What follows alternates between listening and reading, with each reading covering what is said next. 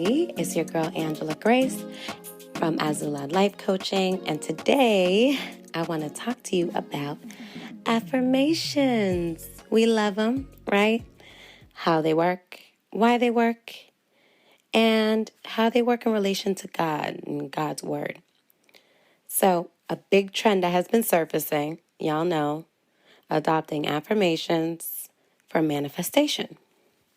What's an affirmation? Well, an affirmation is the process of emotional support or encouraging something to happen. Funny enough, this principle is designed by God for how our minds are supposed to work. Don't believe me? Okay, let's kick it to scripture. You already know. So we touched on this last week. Romans 12:2 says, "Do not copy the behavior and customs of this world, but let God transform you into a new person by changing the way you think. Then you will learn to know God's will for you, which is good, pleasing, and perfect." Amen. Finally, science is catching up with the Word of God.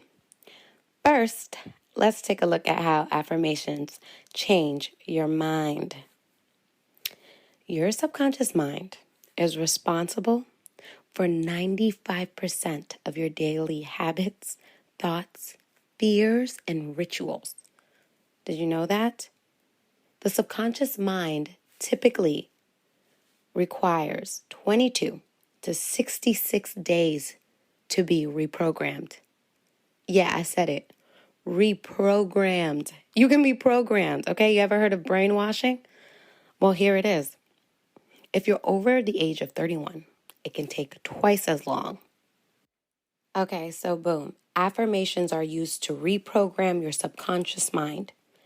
What's your subconscious mind? Many times, it's referred to as your heart. It learns through repetition and feelings. Therefore, if you have no feeling behind your affirmation, it will not work. In other words, you have to believe or have faith. You might see where I'm going with this, but let's look at Romans 10:17. And it is impossible to please God without faith. Let's listen to the role and behavior your subconscious mind plays in your life every day. Your subconscious mind, 1, causes you to feel emotionally and physically uncomfortable whenever you attempt to do anything new or different. Ever had muscle memory? You ever go on Instagram for 5 minutes and realize it's been 3 hours? Or get home and ask yourself, when did I even turn on my street? Your subconscious mind is your brain on autopilot. 2, it goes against changing any of your established patterns of behavior. You can feel your subconscious pulling you back towards your comfort zone every time you try something new. Think about it. So there's no surprise when Romans 10:17 says, it is impossible to please God without faith. It continues by saying, anyone who wants to come to him, meaning God, must believe that God exists and that he rewards those who earnestly seek him. Wow. It is impossible, again, okay, I'm a broken record, to please God if you don't have faith, because your body will physically fight you on it unless you are seeking the truth over and over again. You have to earnestly and sincerely seek him to know him. God has created a fail-safe. I love him. Life hack, okay? Listen to me, life hack. So how do you know if someone is actually believing in something or believes in something, or that they're earnest and sincere? They will change if they really do. If you believe in something, really believe in it, it will change you. It's how we are wired. We are wired to do what is in our hearts 95% of the time. And if you don't believe it, it won't work anyway. And your actions won't match up. Something won't look right. Something won't look right. Come on, somebody. Stop playing with me. All right. Quick side note. I don't want to get too sidetracked, but that means, okay, ladies, give him some grace, right? But we were designed with a no BS meter, okay? If he means it, it's going to show eventually. Girl, it's been 6 years. Let that man go. He doesn't believe it. Okay, I digress. So affirmations, right? They are also effective because, wait for this, your subconscious mind cannot tell the difference between what is real and what is made up. I'll wait. I know every one of us has looked at someone dead in their face and said, you can't really believe that, right? Well, this is how we can use meaningful words, whether true or not, to propel ourselves in the direction we want to go or get stuck somewhere we don't want to be. Because whether it's being said to you or you're saying it, if you believe it, it can change you. All right. So point 2, let's talk about why they work. I use the term why very loosely. There is a word in the Bible very similar to affirmations. Remember, affirmations are emotional support or encouraging something to happen, right? Remind you of anything? Well, let's look at the word prayer. Prayer means a solemn request for help or expression of thanks addressed to God. Okay. What else you got? Manifestation. It means bringing something tangible into your life through attraction and belief. Sounds a lot like prophecy. Well, prophecy means prediction, plain and simple. But when the greatest apostle Paul gave directions to the church in Corinth, he directed everyone that prophesied to speak to people for their strengthening, encouraging, and comfort. Prophecies give people hope. They keep them hopeful for predictions of the future. Okay, so you see where I'm going? God cannot tell a lie. Therefore, when a prophecy is given, it is a promise. And Christians then pray, affirming the promise yet to come. Okay, you figured it out? An affirmation is a secular prayer. And manifestations are the outcome of changing your behaviors, which will most likely get you closer to what you want anyway and what you believe because you are wired that way. God says, pray. The world says, affirm. God says, prophesy. And the world says, manifest. Ready for the next crazy realization? Neuroplasty research also claims that we are wired for confirmation bias.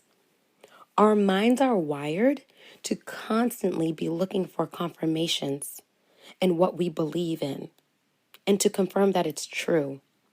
So, for example, if your affirmation is, what I have to say is valued and I am respected among my peers.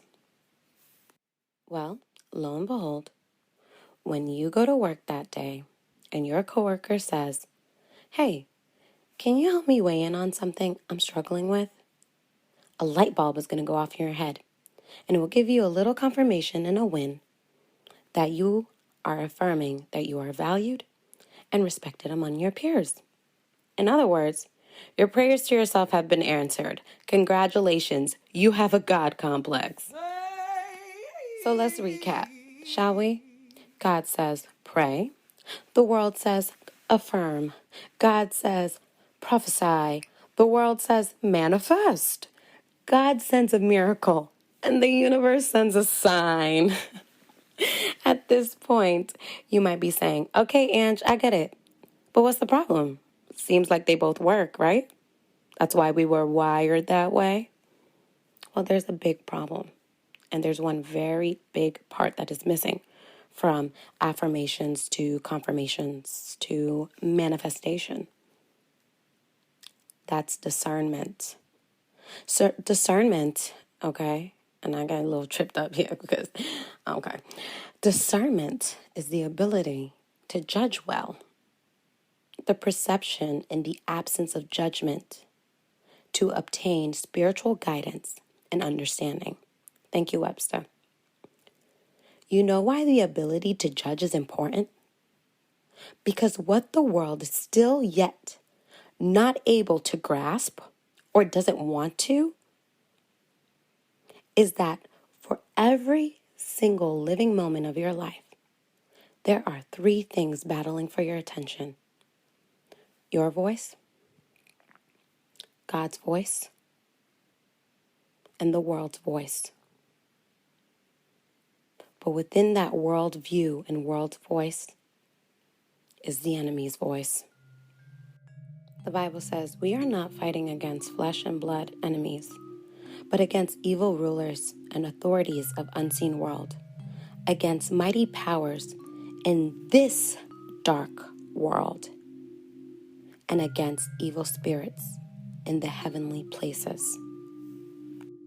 Yeah, that spirit of depression, it's sending a confirmation. That ego, it's sending a confirmation. Your lust for that person who's someone else's husband is sending a confirmation. Just because he walked past you and you've been affirming to yourself that you are desirable and deserving of all the love. My loved ones, do not be deceived. Remember the last part of Romans 12:2. Then you will learn how to discern, well, it says no, God's will for you, which is good, pleasing, and perfect. Seek Him. Seek His principles. When we let God's principles change our mind, we can learn how to make the best decisions for our lives. So I leave you with this. What can you use? What can we do to make sure that we're on the right track with our affirmations, prayers, whatever you want to call the tools to reprogram your life and your mind? Make sure they are God certified. Here are the keys to your affirmation checks and balances. There are 2 keys. When people ask Jesus, "What are the greatest commandments?" He replied, "Love the Lord your God with all your heart." Hello, somebody, your heart. And with your soul and with all your mind. This is the first and greatest commandment.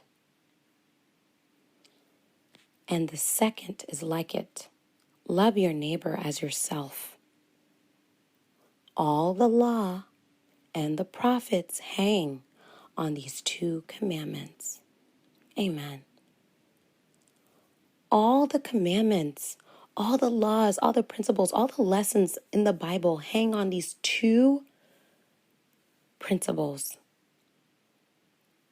As you navigate your confirmations, ask yourself, would believing this keep me away from such a loving God?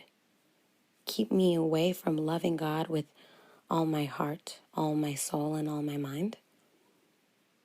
If I believe this, will it leave me thinking someone is less than myself? Will it hurt the people around me?